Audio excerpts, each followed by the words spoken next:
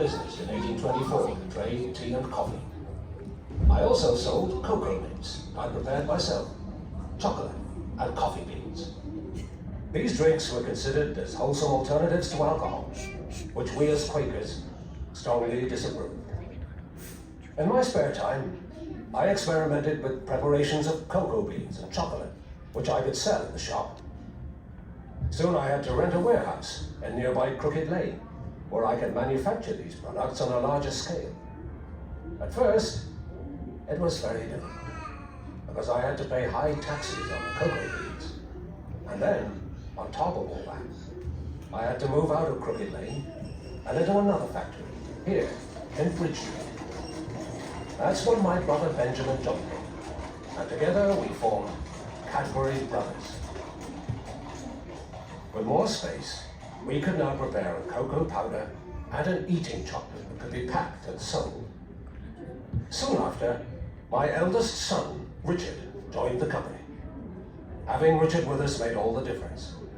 He saw to it that the quality of our cocoa improved, introduced new products, and even opened a shop in London.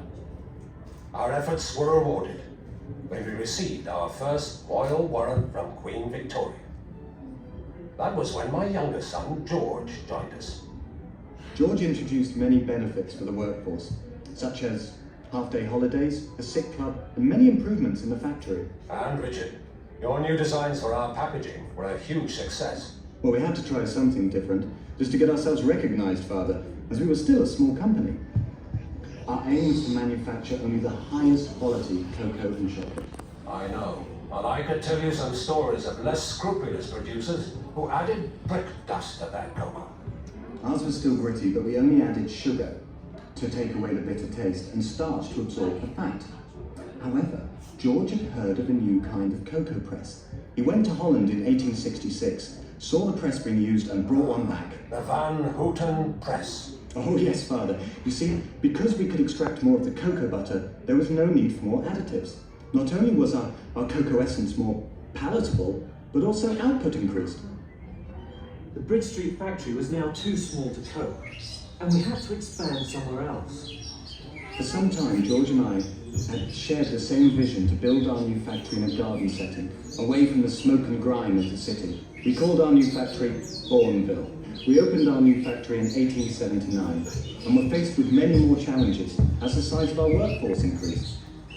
As the company prospered, we introduced bonuses, such as payment for output and punctuality, a 5.5-day week, pension schemes, works committees, training, and many other benefits. I sent my son George to Switzerland to find out how chocolate was made, using fresh milk. Soon after, Cadbury were able to manufacture chocolate with a much higher milk content that rivaled even the best Swiss products. That was when we launched our most important new brand. We called it Cadbury's Dairy Milk. It became so popular with its distinctive taste that sales exceeded all our best expectations. And within a short while, it had become our best-selling chocolate. In 1919,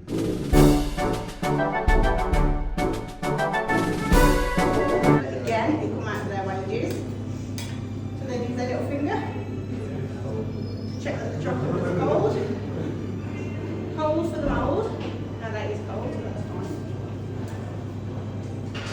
fine. This is the mould they would have used.